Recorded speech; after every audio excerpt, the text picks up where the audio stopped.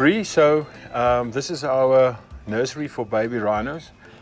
It sometimes happens that for some reason we need to bottle feed a baby. You know, sometimes there's some of the mothers that don't have milk, or you know, it's really a small percentage. But you know, Right. we need a facility where we can care for them, and yeah. So this is our So nursery. how many babies do you have in the nursery right now? At the moment, there's only one. Okay. Like I say, it's normally a small percentage.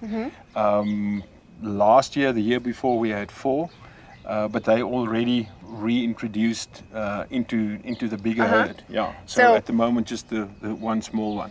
I saw how much it takes to feed an adult rhino. How much does it take to nurse a baby until you can put him back with the herd? Well, so baby rhinos drink normally for about 16 months. Okay. So, you know, during that time, they drink constantly. They're almost like human babies. So in the beginning, they literally drink every 2 hours. You know, and day and night, you know, that caretaker needs to get up every 2 hours to feed them. Later on, it's like every 3 hours, and then as they grow older, you know, that's stretched.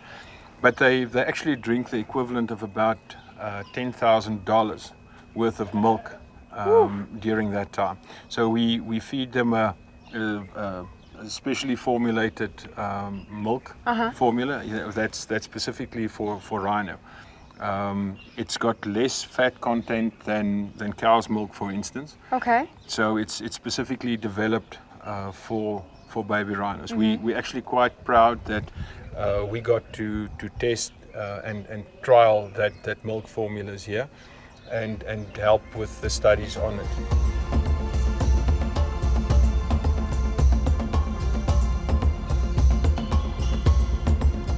I'm not going to see them go extinct while I'm alive.